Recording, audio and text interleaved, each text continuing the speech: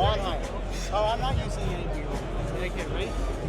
Okay, here we are. We're at this very cool microphone that I'm not going to even say the name right. How do you say it? Monheim microphones. Like the city in Germany, you could say it. Okay, so you got to tell me the history of your microphone company. Yeah, so we started Monheim about 9 years ago. It's my company. A lot of my inspiration comes from other companies I've worked for in the past. Specifically for the product that we're reintroducing, the bottle microphone. My mentor, Martin Sauspierens from Blue Design Days, we decided to collaborate and reissue the bottle microphone. And the bottle is an homage to Martin's and his work. It's slightly rescaled for the modern marketplace, and it has a push-button actuator on the swivel.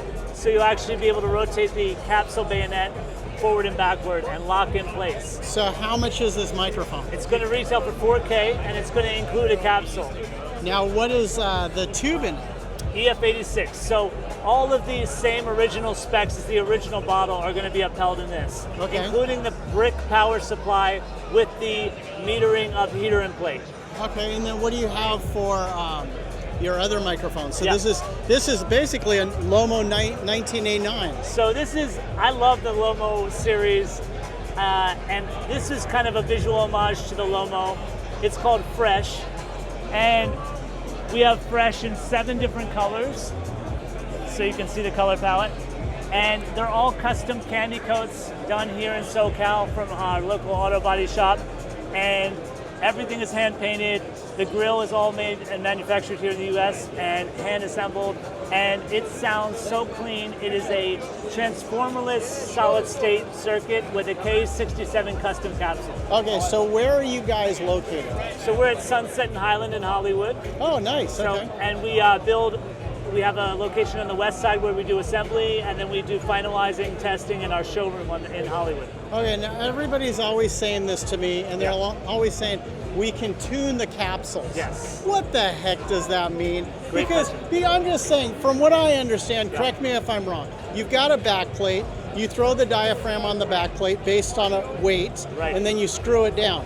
Well, once it's down there, how are you going to tune it? Now, I do understand that you could possibly zap a little heat on it, which the diaphragm can stretch. Yep. But go ahead, educate me. So actually, great question. So typically, if a factory is doing things properly, they will pre-tension or preheat the diaphragm before it's put on. Now, after that, and you know this by a capsule's length of life or longevity, there's certain manufacturers that have messed up over the course of time. We service a lot of analog gear, so I've seen a lot of variations. And the capsule will sag or high mids will change in value. The tensioning process is a different process once the capsule membrane has been heated or the diaphragm's been heated.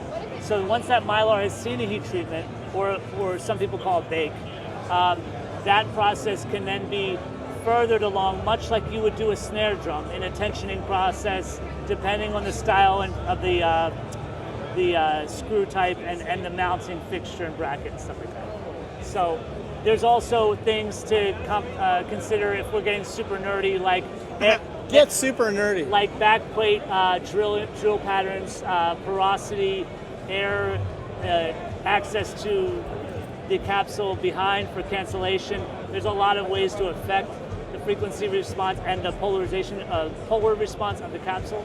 But when a capsule is designed properly with a proper diaphragm for tuning or retuning, the rear backplate can be styled and made in a way that it allows you to find a frequency response. Now, it's not like you're going to find, oh, I bumped up 6 dB at 3K.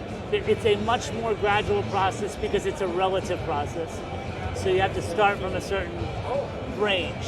And so you're affecting frequencies, and you can listen to it as you tune it if you have a grounded housing, or you can tune it to spectrum analyzation, and you can watch the response change and shift. And then we'll lock it in place, and then we'll have a custom tuned capsule.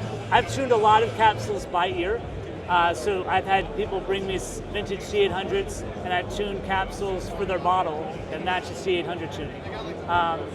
I've done vocal tuning specific to someone's timbre to enhance their performance, make sure they felt better about how they sound on a microphone, and improve what the microphone does for them for the experience.